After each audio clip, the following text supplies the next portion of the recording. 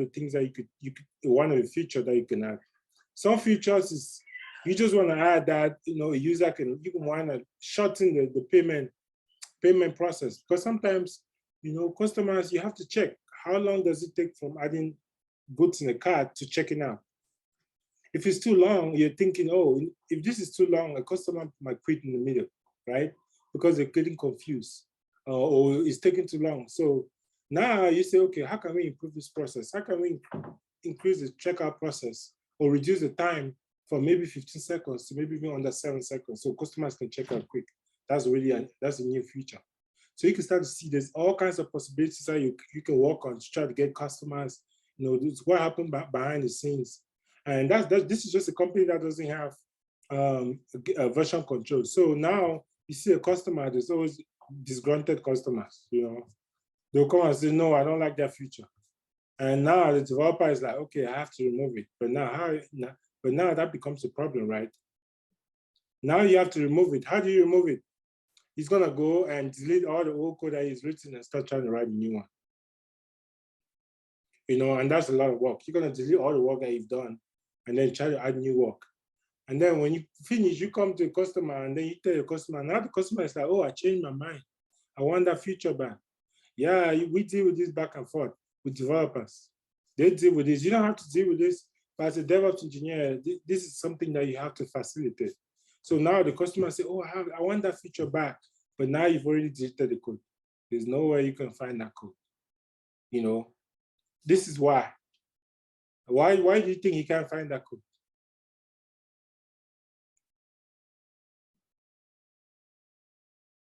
Because he deleted the code, tried to find something else that suits the client.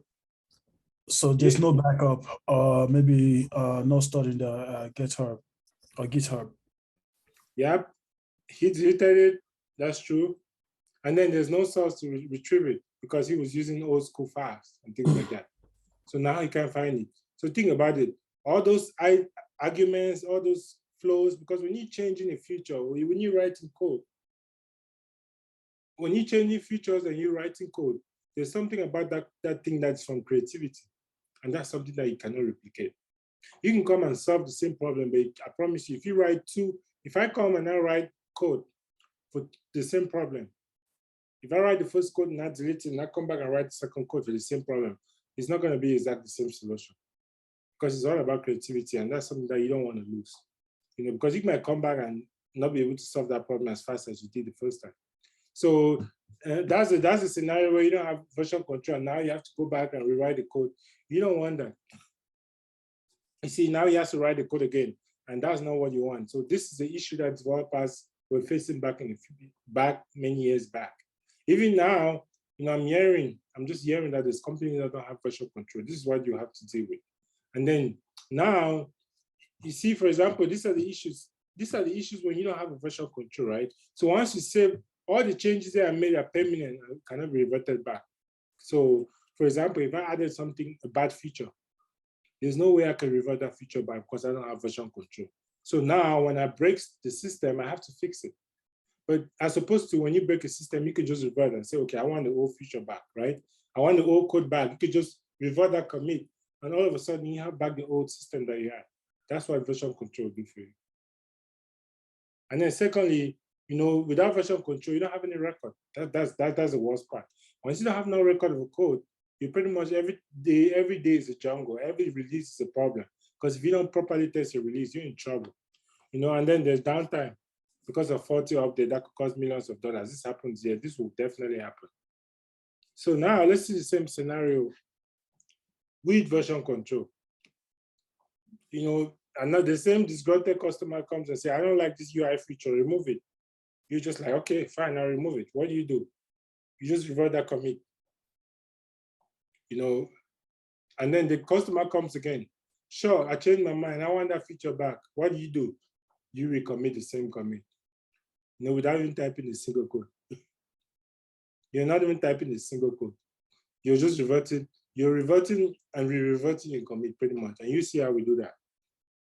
So this will be done in seconds because you already have version control. Everything is tracked. Every version of a code, every changes that gets made into your system, you're tracking. That's what version control does. That's what it's called version version controls, controlling the version of each change that goes into the system. So now, yeah, your mind is happy. You know, we have a lot of developers and us engineers that were so happy we have version control. So now I guess we need to talk a little bit about version control. I mean, if you have any questions, feel free to ask me. Any questions? So is the version control like I don't know if you know this term, sort of like something like a state machine where you kind of track from the initial, from one state, I mean, things flows from one state to another. Well, it's more like a database system, I would say. You know, it's more like a database system. You know, like you can see, documents changes. That's all it does. So it's like a database that just documents any kind of change. So if I come to this, if this was in version control, this screen, and I came and I changed made, and I removed the A and put O, the version control will track that immediately. And then it's going to show it. Yeah, it's going, once I create my PR, what we call pull request or MR or merge request, once I push that up, which you see how to do that, it's going to show that same line and say, and so that A has been changed to O. Any change you make on your code base is going to show that same line and what you changed. You're going to show the old line and you show the new line. And it does that for every change. Yeah, it does that for every change. Where can we get these slides? Are they available right now?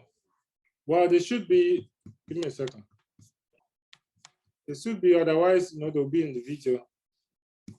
But yeah, give me a second. You wanna, I'll link them. I'll link this slide and the subsequent ones, they're all gonna be on Git, they're all gonna be on this video. So by the end of the week, we might be done with Git. Okay. Maybe this Tuesday and Thursday might be enough for us to complicate. So Git is, we don't need to waste a lot of time here. So we can easily pick this up and we'll move on. So yeah, if you want me to share the screen, I can share the screen too. I can share the slide during break. But it'll definitely be with the video. Yeah. So version control is just, yeah, like it says, it's just a system that documents changes made to a file or set of files. Allows multiple users to manage multiple versions of the same medium information. Is that clear enough? This should be very close to being very clear. Yeah. What Git does.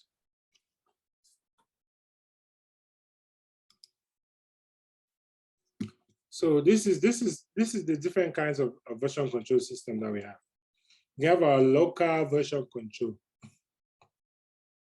So essentially, you have your local version, you have your version database in your local computer, like your laptop or your desktop or your iMac or anything that you have.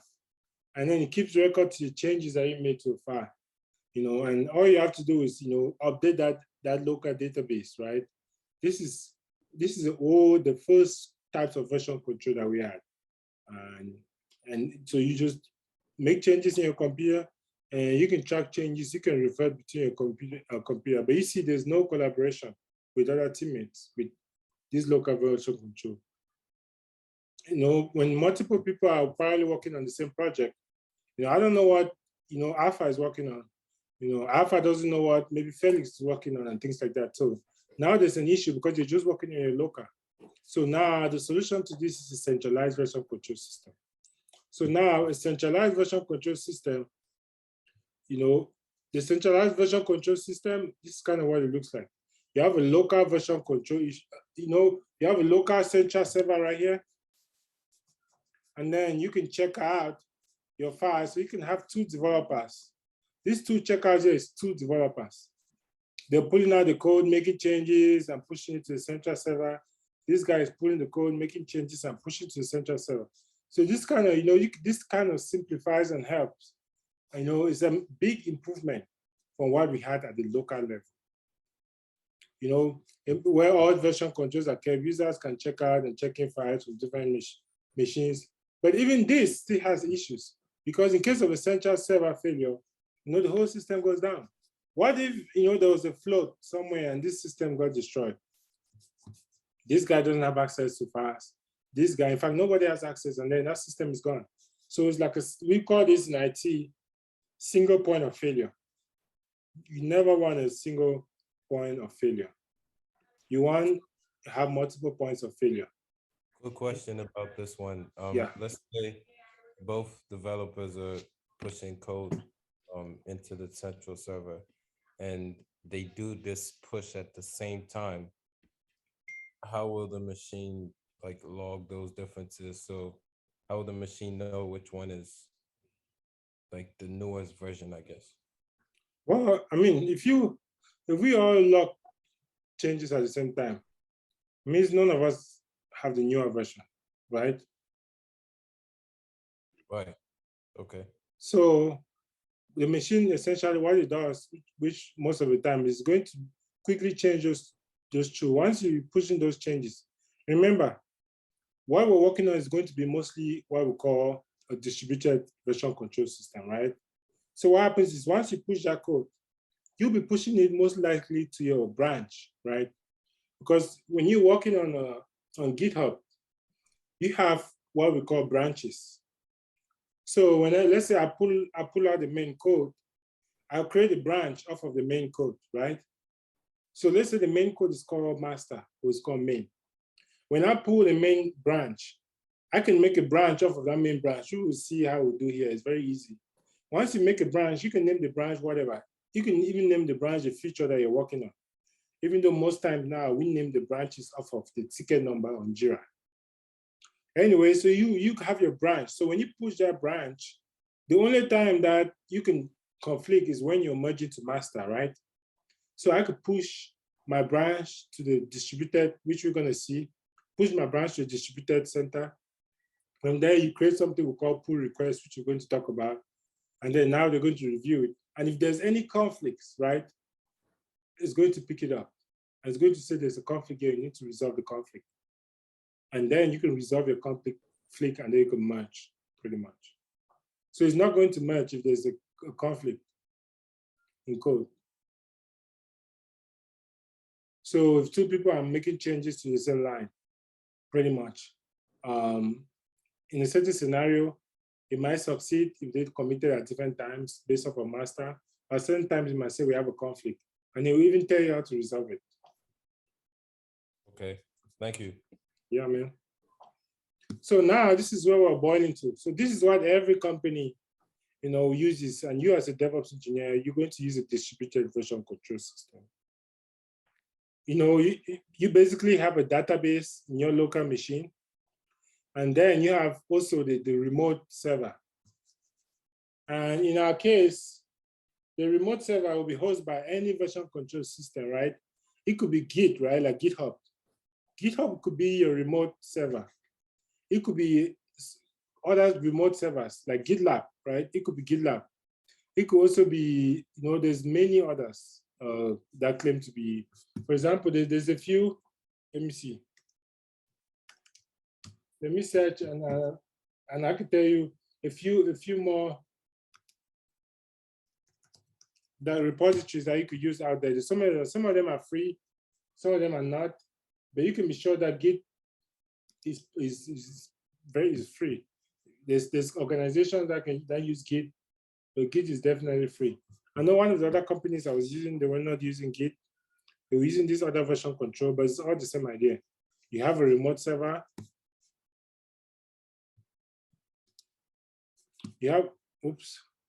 So you have a remote server, and then you have your own local computer. You as a developer, I have the changes in this local machine. But when I have to commit, I have to stage it to my local machine, commit it, and then I push. So I always have the main database. So even if your remote system goes down, which you're going to see in the next screen, you still have a database. He has a database. So we're all keeping databases of our versions, pretty much. So this is what every company uses. So users can manipulate local files and then upload changes to the remote server. If any server dies, the client server can be used to restore. Simple as that. If the remote server fails, it if the remote server fails, what I can simply do is I can simply push my code back to the remote server and we'll go back live.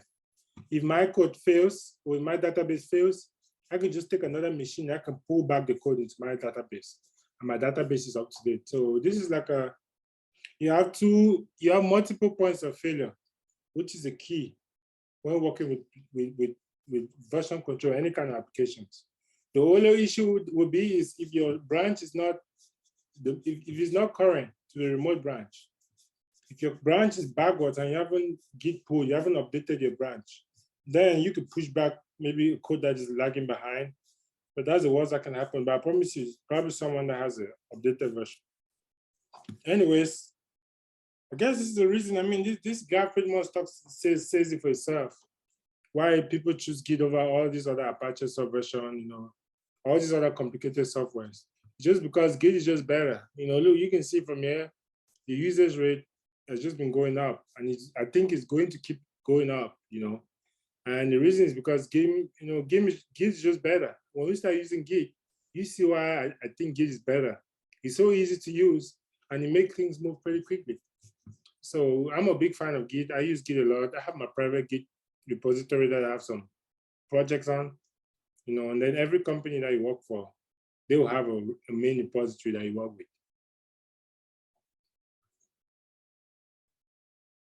So anyway, this is a good definition of Git. If anyone had any questions what Git was, so Git is a distributed version control system. I mean, does anyone remember what we talked about? What a distributed version control system looks like?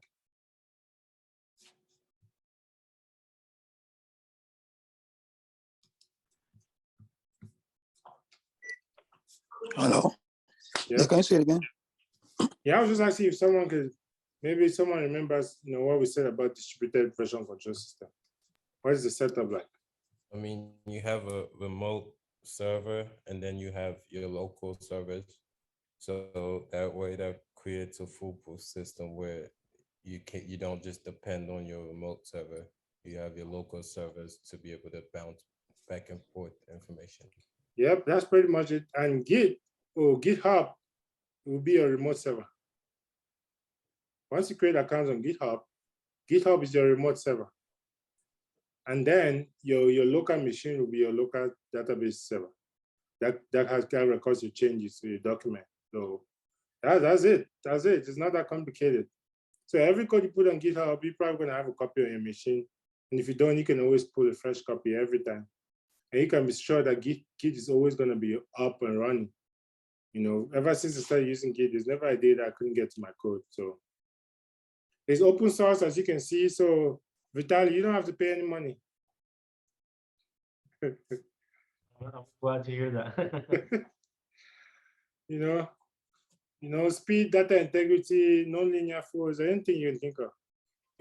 What's the difference between this Git and GitHub? It's the same thing. Okay. What do they mean by non-linear workflows? Non-linear, it means they're not, linear means you're going, it's a predictable. So non-linear means very unpredictable. So, changes could be coming from left, right, center. Doesn't matter, Git will take care of it. It's not like a consistent, out of the book kind of workflow. It's telling you that Git is so flexible that it will handle any kind of workflow. Not just, the regular predictable kind of, workflows that people use. Anything Git will handle. Whether going backwards, going forward, going up, going down, going left, Git will handle those workflows for you. In terms of security, how does GitHub protect a company's source code and info from other people, since it's open source? Is it just user accounts, or is it just? Well, it is open source in the sense that, one, you don't have to pay for it. Mm-hmm. But you as a user, because it's open source, you have full control over anything you have on it, right? So you have your username, you have your password, right? Yeah. To use to authenticate. And you can go a step further. And you can add even a two-factor authentication to your account to secure it. So it's basically your responsibility, right? Oh, If I'm okay. giving you something for free, it's your responsibility to keep it safe. Keep it And safe. I'm giving you the tools to keep it safe. For example, like I said, two-factor authentication is one of them. You can say, okay, you need customers or users need to use SSH keys, which I prefer us to use instead of using the username and password to authenticate and things like that. So it is your responsibility, you know what I mean? But there's so many ways that you have to keep it, you can keep it safe without having any issues. Oh, okay. So, thank you. Yeah.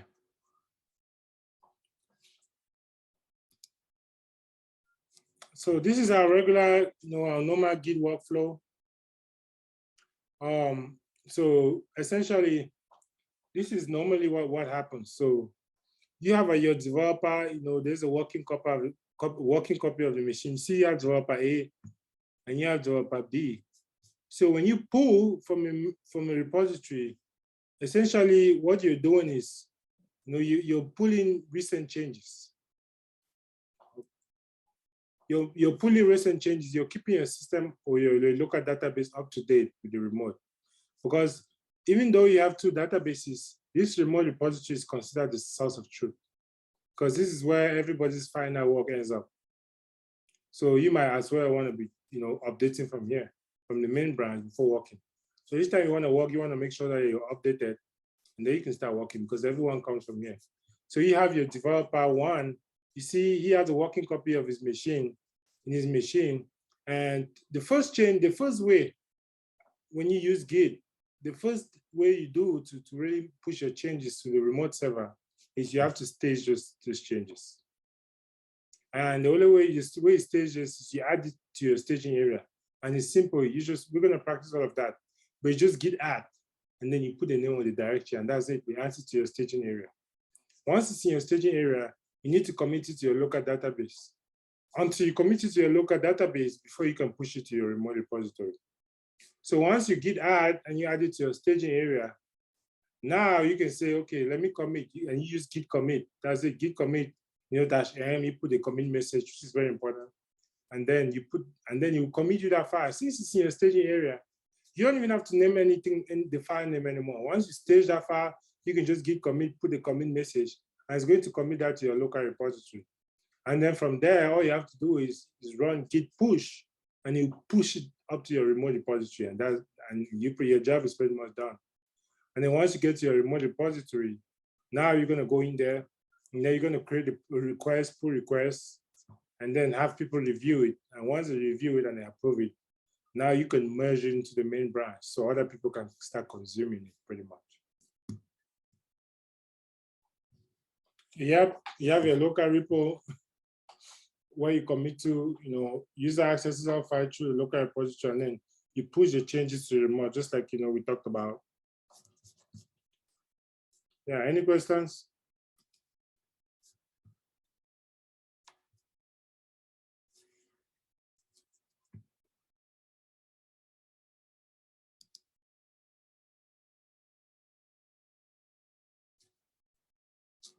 So yeah, this is just some of the explanations.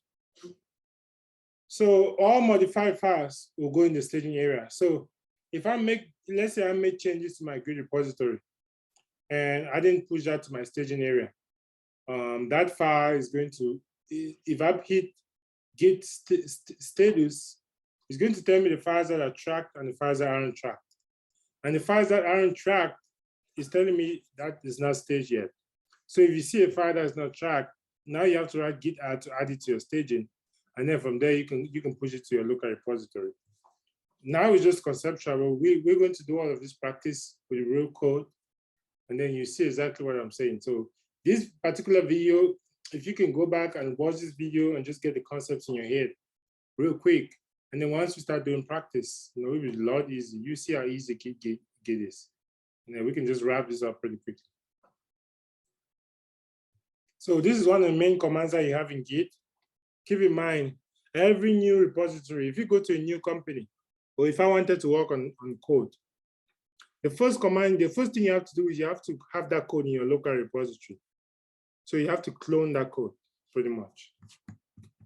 So when you use git clone, you're cloning that code into your local repository so you can start working on it. And once you clone that code, you automatically, most of the time, you're connected to the upstream branch of that repository.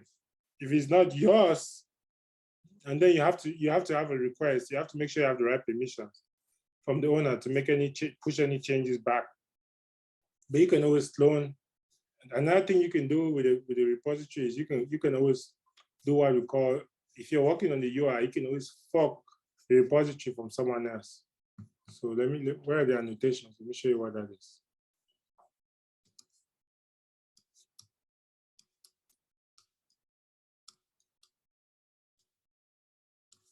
So this is another command. And this essentially, you can do it on the UI. This is how you can take someone's code and put it under your repository. And you can see that on Git. So anyway, so Git clone, keep in mind, with Git clone, you're just cloning the code. It could be any code. It could even be, Bitcoin. I've cloned a few cryptos code base before. So any code base, you can clone it if it's open for you to clone. So you just Git clone and you clone a repository for you, your local machine. You see how we do that. Once we start working, we show you how to clone code and put in your local machine and start working with it.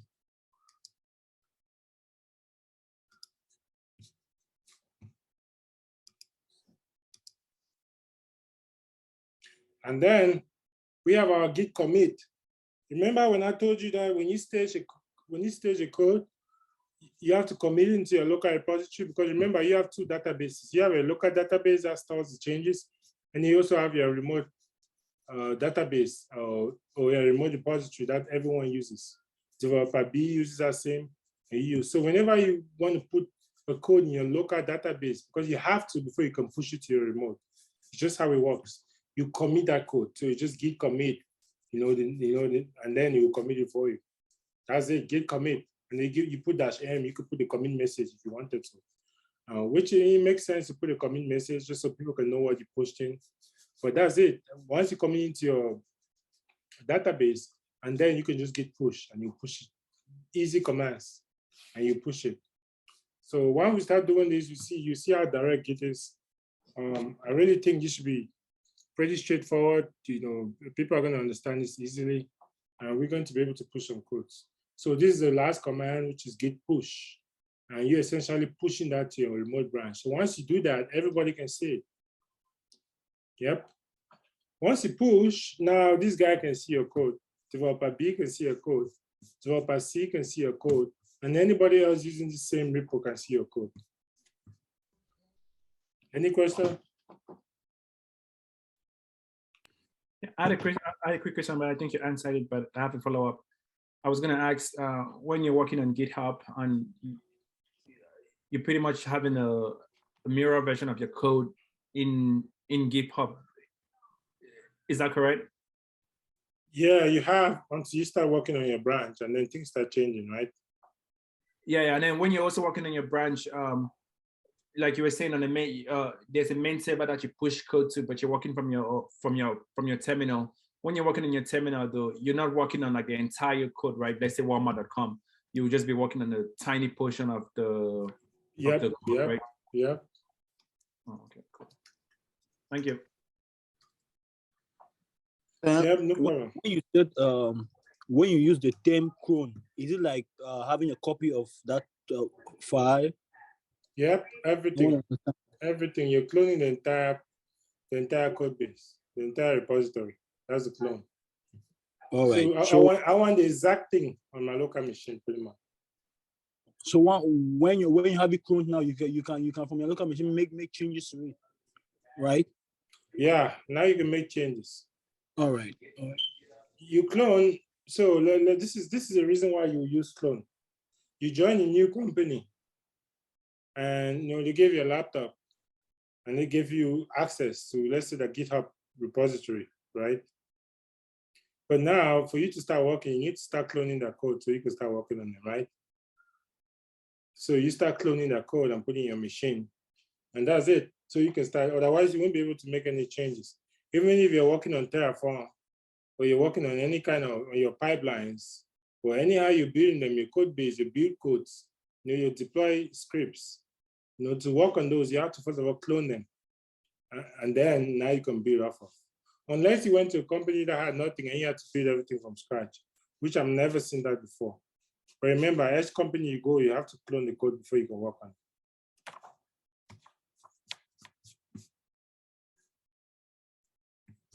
If not, the website will always be down, right? If you just have to work on the real thing, it means everything will always be in maintenance. Well, no, not really, because think about it. When you're working on a code from Git, you're working on just the code. You're not working on the website or on the actual product. No, sorry. By website, I was referring to the product.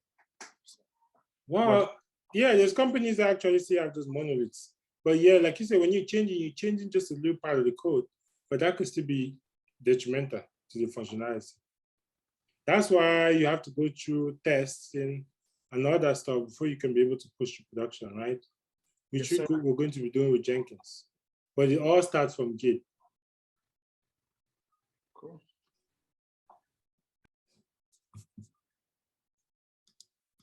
Yep, any other question?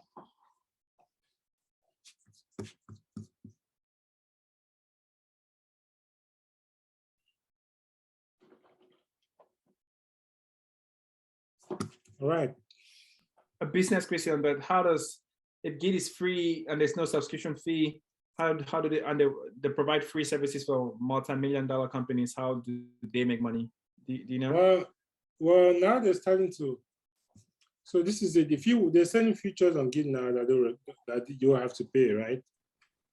But for the most part, you don't have to pay anything, especially when you're just an individual.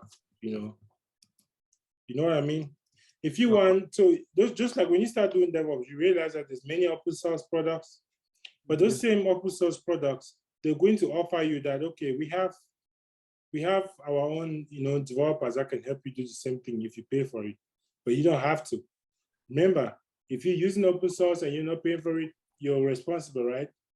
Yep. But then if you don't want to be responsible, you can still contact Git support and you can pay, and then they'll be responsible for it pretty much. That makes sense. Thank you. Yeah. Trust me, everybody wants to make money. But, the best way is always to be open source, because the open source community grows really quickly.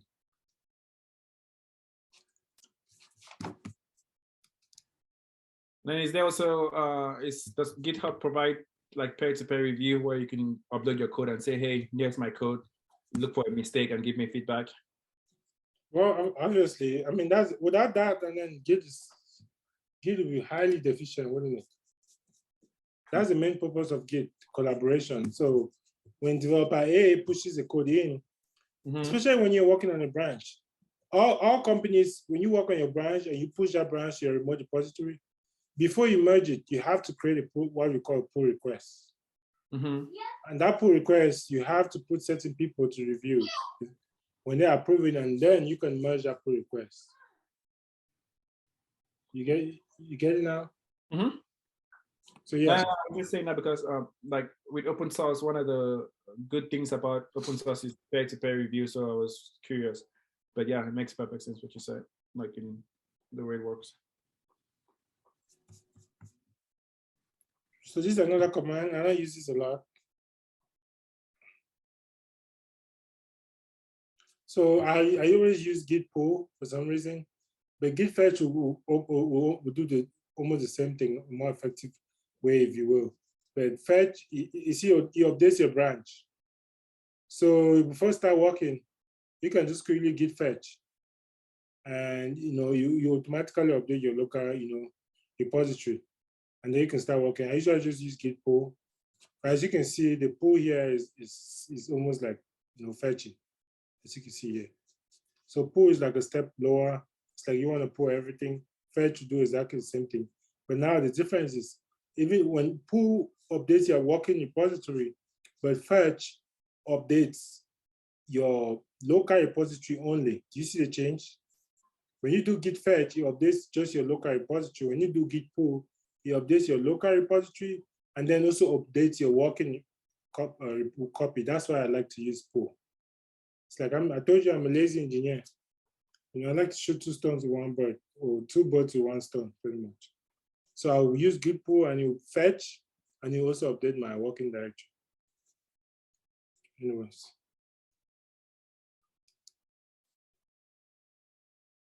You see, this is exactly what you know pull will do. It does it and it merges it, so it's a different beast. So anyways, so we're going to talk a little bit about installation. And then we could do a little bit of practice, just a little, you know, it won't be too much, but we'll do a little bit of practice. Can you see my screen? Looks like my screen disappeared.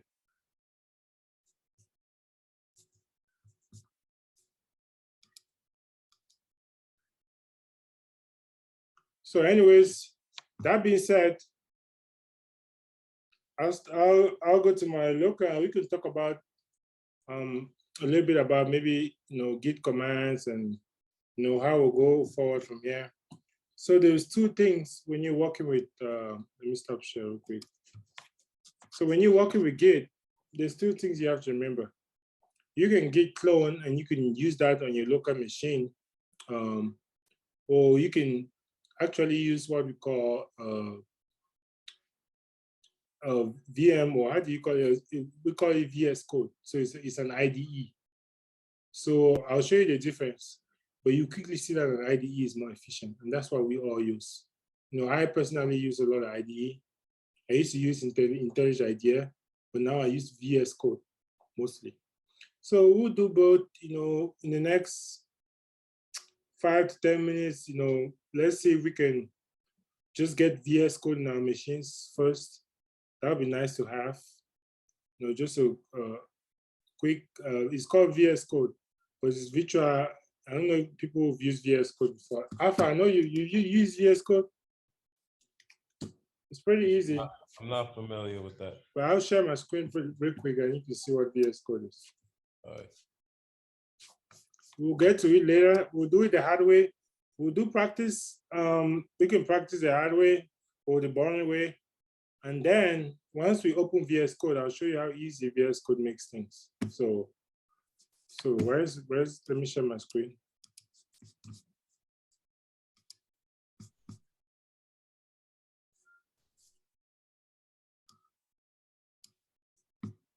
You see, this is Visual Studio Code.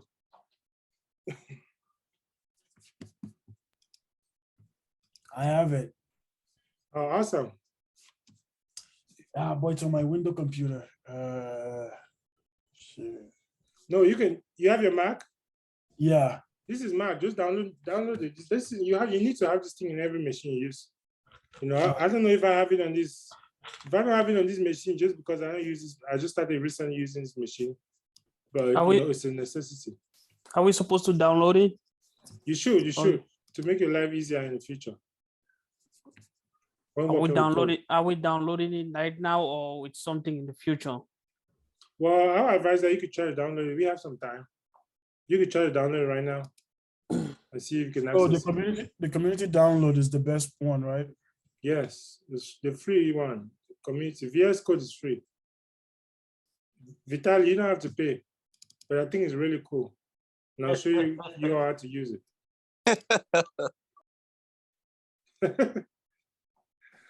What version is good? 2019, 21, or which one?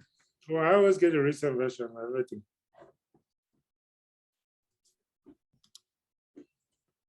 So that's it. It didn't take long. That's it. I already have mine. So it shouldn't take up to 5 minutes for anybody to have this one. That's VS Code right there.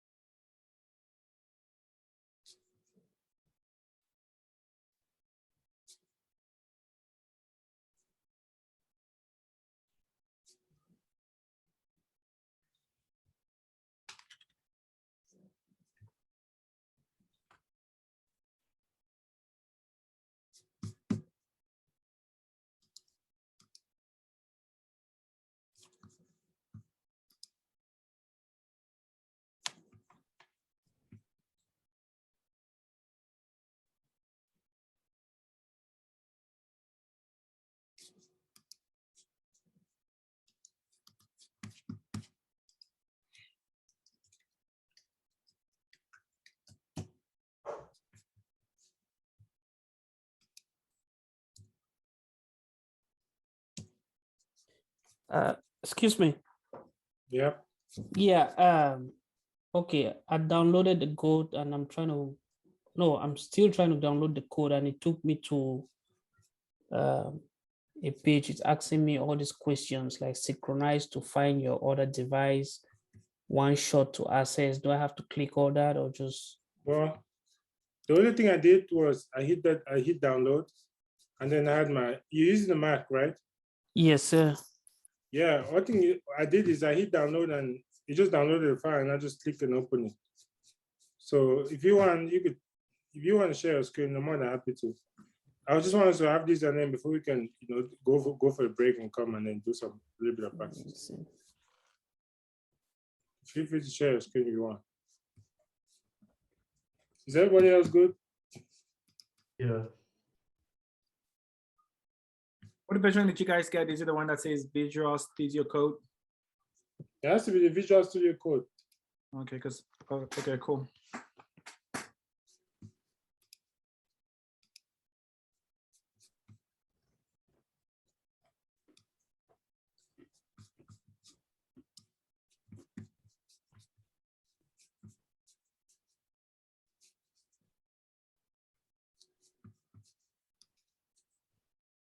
Hold on, wait. It's like already got it. It's like it's already downloaded. Welcome to page startup.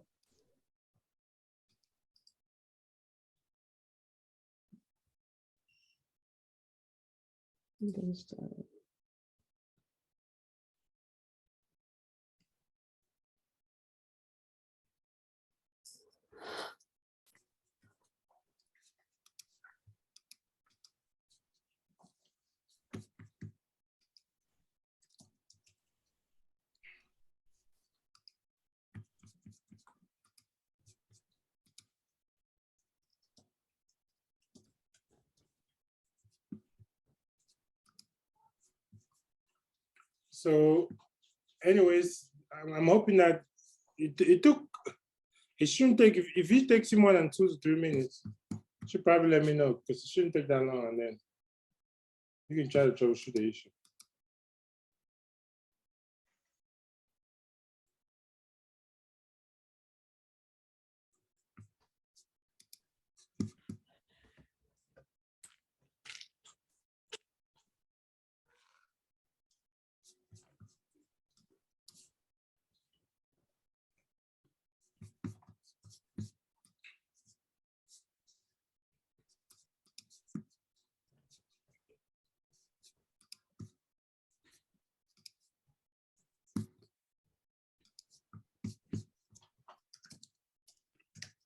Yeah, Linus, can you run this again? I'm at the get started page. So what do we do from there? Right here? Mm-hmm. Yeah, this is good. It means you have the application already downloaded. So this is good. We're going to clone one of my repos I've been working on. This one just has Terraform. So, but yeah, I'll share with the team some, maybe one to clone. Okay. And just to see how it works, just a little practice. So you have that now, and I'll show you the old school way that you could do it, and then the new school way, which we're going to use the VS Code, and you see why. Alpha, you can just put this on the. Let's just put that down. We're going to do it the regular way, and then we're going to come to VS Code and see how it makes things really different. Okay. And why everybody uses it, why we should be using it. Every engineer, I told you, we're going to work like, the real engineers. We're not clicking. If there's anything that I use on a daily basis, which really helps, we should all be using it in class. Because, those are the things that really set you apart. It's like giving you a good mindset. So anybody, I'm assuming everybody has, everybody is where we need to be. Does anybody have any issues? So we're good. Everybody good, right? Yeah, I'm good. So for the people, so what are those? Is there anyone using a Mac? Is there anyone using Windows? Yeah, I am. Oh, you're using Windows. Yeah. I got Windows 2 right now, but I'm fine though. Downloaded. Yeah, mine. Yeah, was I know. I mean, so I know, Bobby, you probably already have Git downloaded on your machine. I have Git Bash downloaded already. So you can clone and you can work with repositories. Can you? I mean, I have to look at how you're doing it though, so I can No, go I along know. with I'm what just you asking, have you ever worked with any repositories before, like with Git on that machine? Not really, not really. Oh, maybe you don't have it then. So yeah, we're going to install those, but so there's a few ways. Usually, I like to use what we call an application manager when I try to do installations. I like to use an application manager. You know, for Mac, since I use mostly Macs, I use something called Brew. Does anyone know Brew? What Brew is?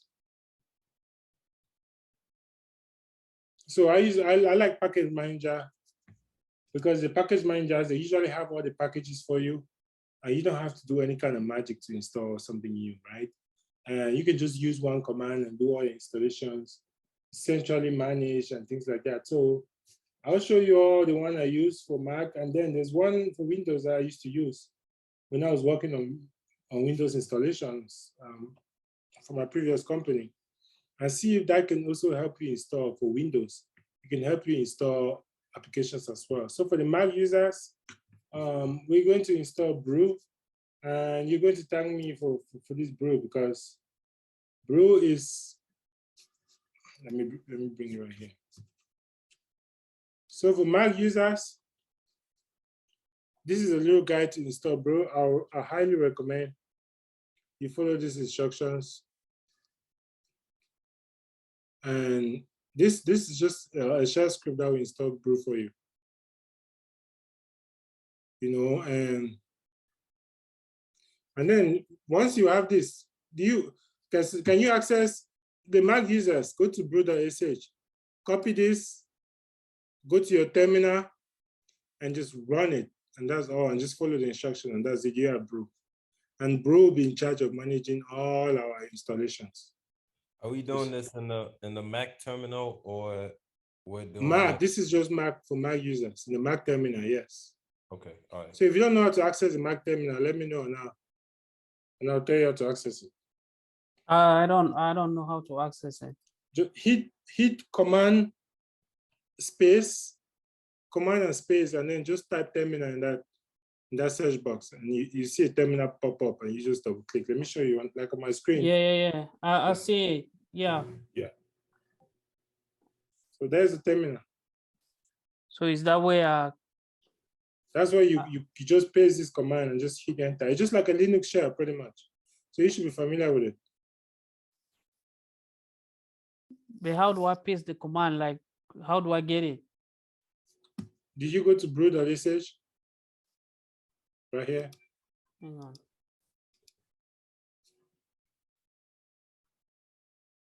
So Alpha, are you good? Yeah, I already ran it. It's downloaded. I'm good. I'm just looking at the report that I got now. Oh, nice. So let's finish with the Mac users. Hang on. So what do I do? So when I get to that breeders.sh, what do I do? How do I just come right here? Let's see. Right here. Yeah. Click this button right here. Yeah. Yeah, I clicked it, and then go back. Go back and just paste, just like you paste anything. Like right click. Now, however you paste on your machine, just paste that.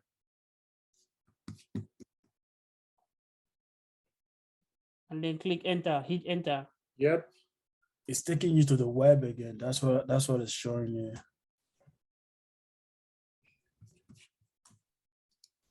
So Felix, you copy this. Mine says no results. Yeah, I copied it and I put it in my command space on the search, and I pasted it there. And all it's showing me is just no. You don't have to paste. Command search is to open the terminal, open the box so you can search for your terminal. You want to run it in your terminal, Felix. Oh.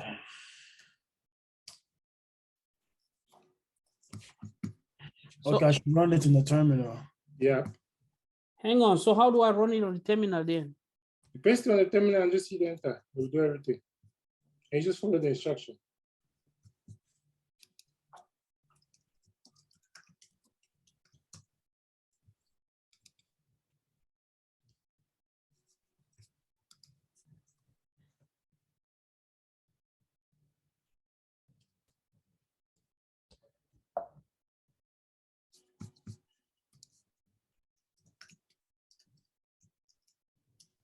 And for Windows users, I have a package manager for you.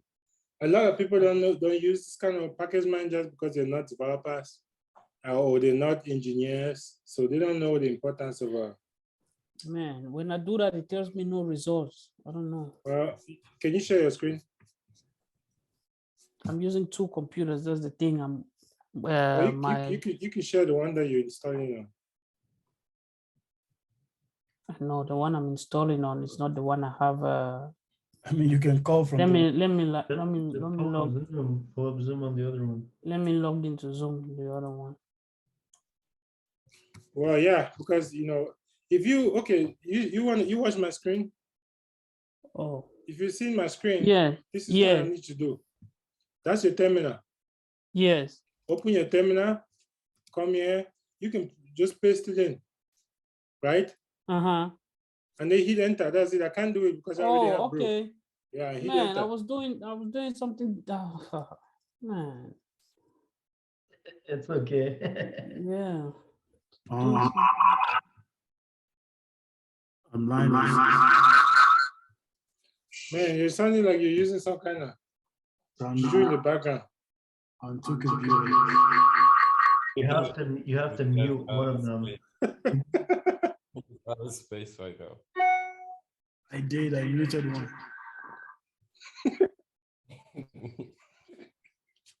Okay. That's funny. All right, so it says installation successful. Awesome. You're good to go, man. After now that you have Brew, you don't have to worry about anything you want to install on your Mac, right? First, go to your terminal and just hit Brew install and then Brew space install space, whatever it is. And if Brew doesn't have it, I'll be surprised. So now instead of going online and searching, right? Searching for applications to install. For example, the people that have it installed, just hit Brew space. Let me show you on my terminal. Yeah, I'm just showing you tricks. These are the things that you're going to need. This is my terminal, Brew. If you have Brew, you say Brew install Git, and that's it. And Brew should install GitHub for you. Brew install. So it says press return. Yeah, press return. I'm not saying that on my press return on my keyboard. Felix, you're still echoing pretty bad. Hold on, let me just You mute your other Zoom, or did you log out? So I logged in on the other one. I just and I muted it, but it's just not. It's because the two computers are they're connected. together. Yeah, not that they're connected. It's that they are probably like really, really close together. That's why. So what do I do here? It says press return, and I'm not seeing any return on my keyboard. So Felix, we need to pause this one out. So show me your screen real quick, and we could look there. We could look there real quick. Okay. Yeah, it should be just open the terminal, paste that script that you see on the screen, enter. That's it. It's supposed to do it. I did it under 1 minute. So guys, I'm going to say this. Things like this. That it's just one command, one paste. We should be doing it pretty quickly because we're going to have to do multiple things at once. So the quicker we start picking up these things, the better. Because I mean, this is just copy and paste. Copy, open your terminal that looks exactly like a Linux terminal we've been working on for 2 weeks. I open a Linux terminal and I paste my shell script, right? This is what I'm doing. It's not that complicated. This is what I'm doing. I click here. As it shows the tick, it means it's copied. I come to my terminal, I paste, and I hit enter. That's it, guys. That's it. This shouldn't take 1 minute.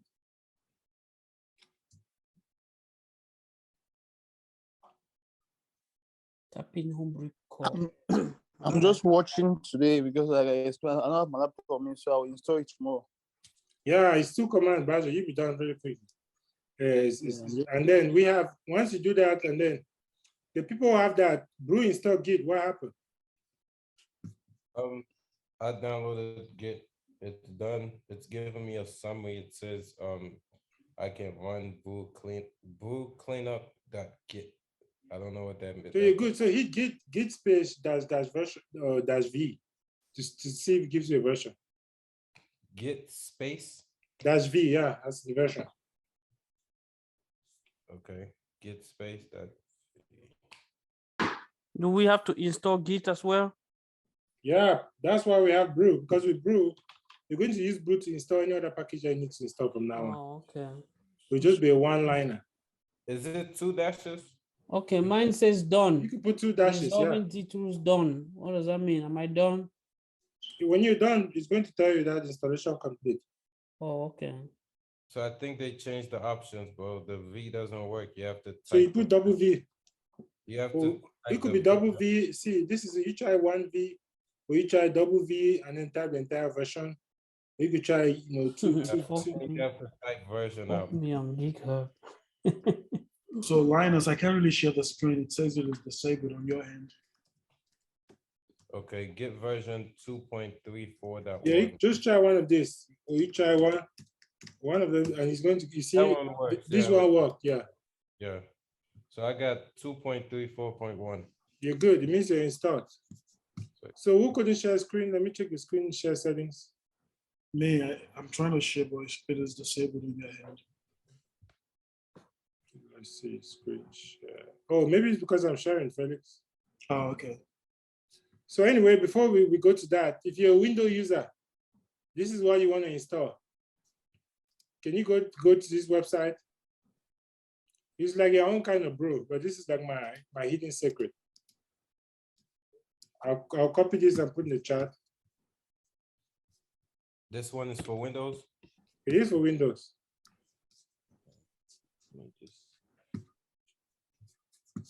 Put that in the chat.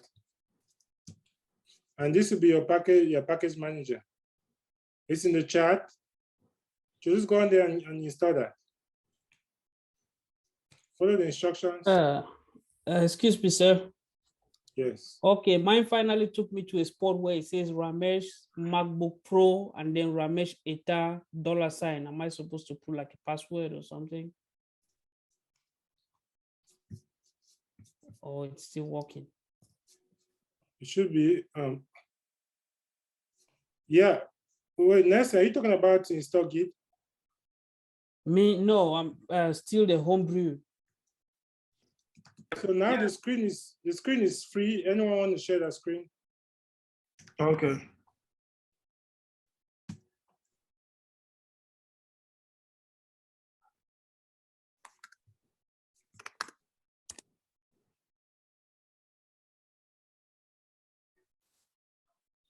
It says downloading command line tool for. Yeah. So what is gonna happen? Oh, okay. I'm just so stupid. I was looking for the return button. Yeah, it looks like yours is installing. Oh my God.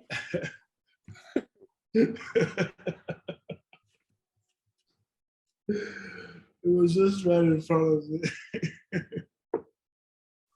me. Anyway, yeah, Felix, let us know All right. what it says when it's done. Someone else want to, yeah, Felix, so you can stop share. Let's see what, let us know when it's done.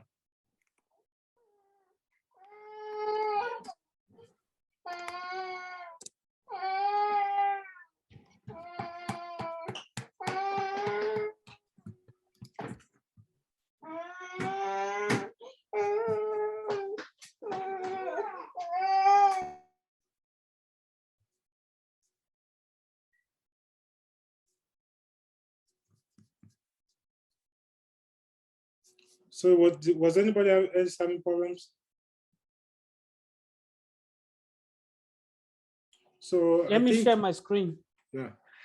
So I think now while I have Ramesh, we might have.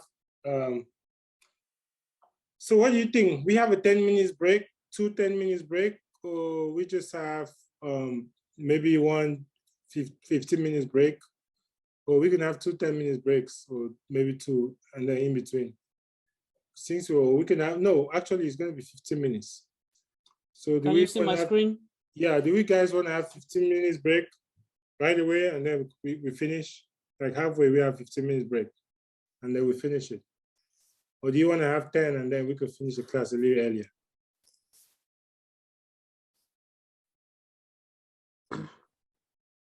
Yeah, I'm looking at the screen. So what do I do from here? Looks like you're good. You're good. Put brew. Look in the chat and see brew install git. I posted it in the chat. Type brew, BREWW space install space git space install space git GIT, and then return. All right, now it's gonna run. Oh, there you go. So you're good to go. You already have brew installed from me. So you're good to go. It's going to install git for you. Okay. So now we don't have to go searching online where to find git and all that stuff. He installs it and even adds it to your path for you. Okay, cool. I did that, but it told me command not found. It means you don't have brew installed. So yeah, Ramesh, you're good. So maybe you can share the screen. Okay.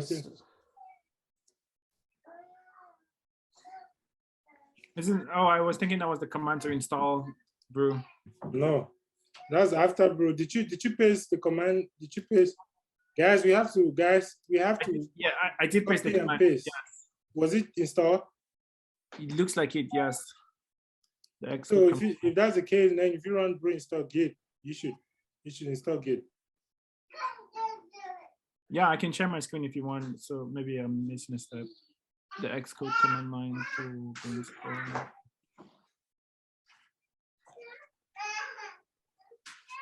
Oh, I did not press return.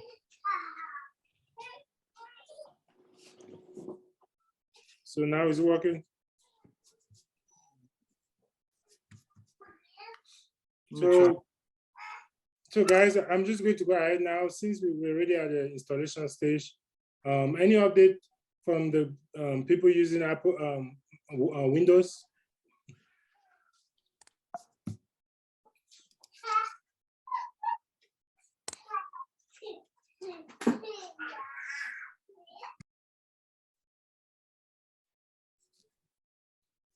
So for Windows, do you have any? If you need some help, any update on the Windows? I went to that one website, the Chocolati. Yeah. .org/install. Do you know how to open PowerShell on your machine? What's that? PowerShell is just like a Git, just like the Git terminal that we're opening, but it's a different terminal on. It's on Windows. Windows has a terminal, but it's called PowerShell. So what it says done. Is that it? Yep, that's it. You can type git -- version, git space -- version, right? Alpha, was that the one that worked? Yeah, it was git space. This one, right? Version spelled out. Yeah, when you type, type that and see what it gives you.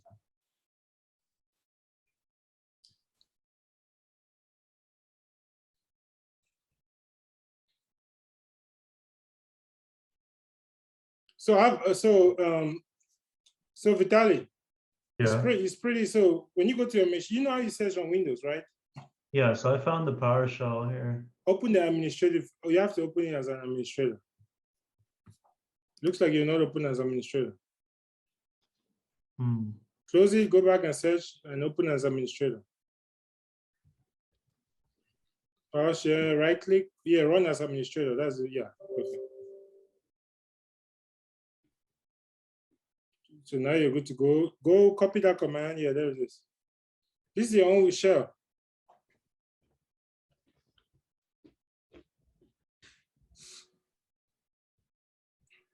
Yeah, I used to use a lot of PowerShell before. Looks like you're good to go. I think Cool. there was another command that told you how to test it, right? Yeah, it Looks just like says you're you, good to you may need to shut down and restart before using. You may. Let's go back here and see how to test it.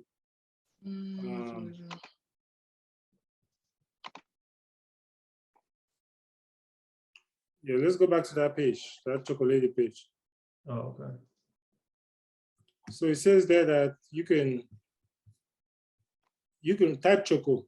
It says type choco and see what happens. Into here, right? Yeah. Okay. There you go. You're good to go. Perfect. Thank So you. Vital, now you can just say choco space install space git. Just like you could use choco. I call it chocolate, because I used to use them in PowerShell scripts. Space install, just like you were using pro space install. I used to use choco in many scripts. No, you have to put the name of the file you're installing. So we're installing git. So you have to git choco install git. Gotcha. Okay, choco install git.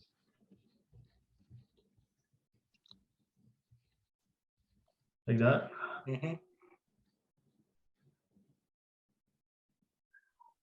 There you go. Perfect. Thank you. Yeah. So any installation, that's your PowerShell. So if you wanted to run some commands, you could also use PowerShell, even though So this is just like the Linux terminal that you were showing us? Is it similar? Oh yeah, it's the commands are different though, way different. Right, but I'm saying this is the Windows version of that same Yeah, thing. kind of, yeah. Okay, okay. So once you do that, you're good to go. So we're gonna Okay, have Linus. yeah. Linus. Yeah. Okay, I'm gonna share my screen, so you're just gonna have to like cross check and see if I got it right or not. I think I have it. Let me see. You said we're on a break, right? For 10 minutes? Well, I should probably start the break right now. Yeah. But yeah, we have lots of time, so Can you see that? Am I good to go? Oh yeah, it's installing. You're good to go. I'm good. Okay. Once it's done, you have Git installed and added to your path. Okay. And it's the latest version too. So for Mac users, how do you All right. install Git? That's good. For Mac users, it's just brew install Git. Brew space install space Git.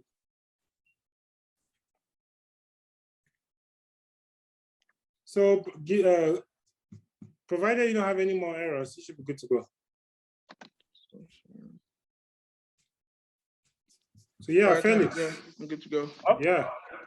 It's like I said, it's brew install Git. That's all you need. okay. You have Git running on your machine. So we're gonna take a break. And then we'll come back and just see if we can do a little bit of practice, and then we can be on our way.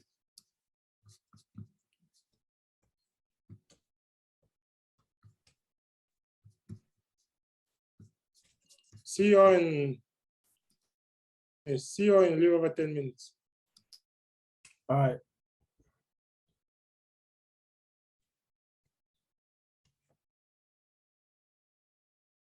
And then we'll come back to that. So just go to github.com and just sign up. You need an email, as you can see on the screen. So I believe we should be able to do that pretty quickly. Create your account. Once you create your account, yeah, if you already have an account, that's good.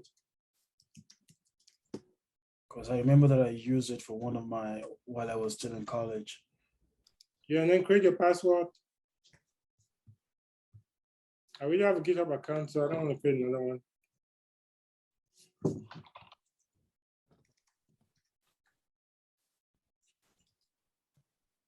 You need a username.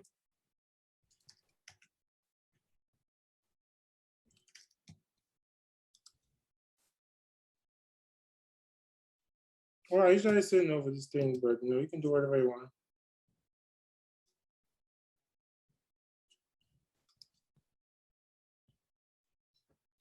It's asking me to start a puzzle.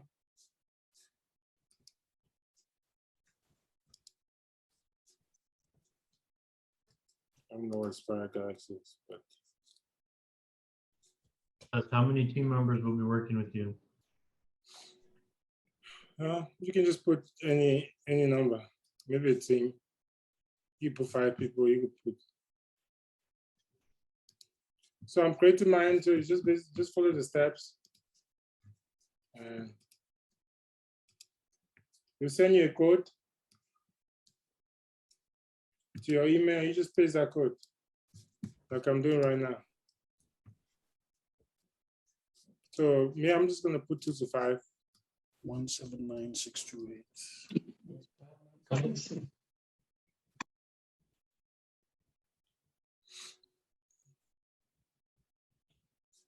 So yeah, anyone.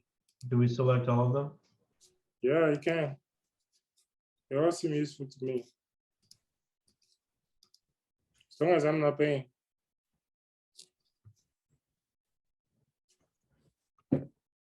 Just continue for free.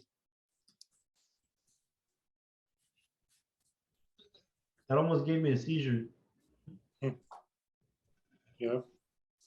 So yeah, I have a brand new GitHub account. So that's it. Once you get to the stage, it shouldn't take that. It should just be straightforward. Yeah, once you have a GitHub account, that's the first step.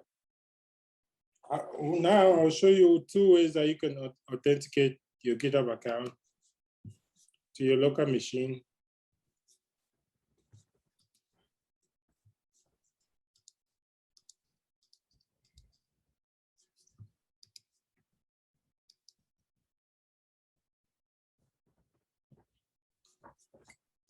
So what's next? Sorry? What's next? You already created an account? Yeah, I have one before. I just logged in. Well, I'm at the point where it says verify your account, but I don't know what you're talking about.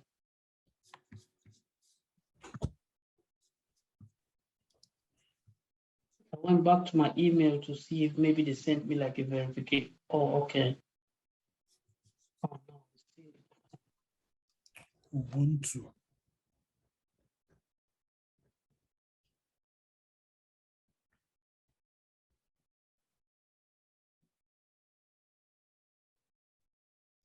So for the Windows users, when you install Git on your machine,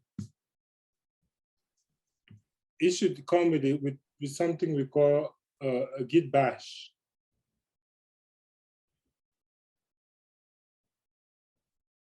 So Vitaly and is it Felix?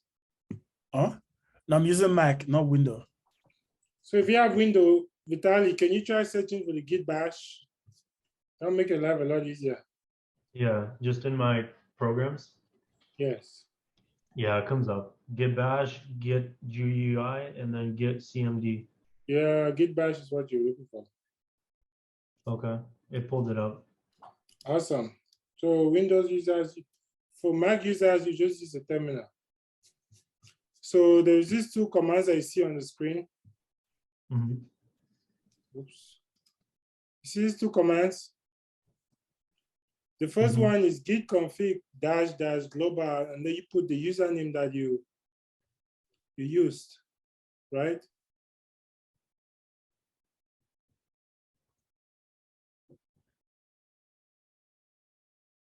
So you said git config -- user, so you can see on my screen.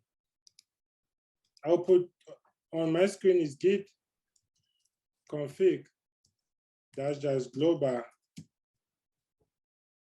and then user dot the name.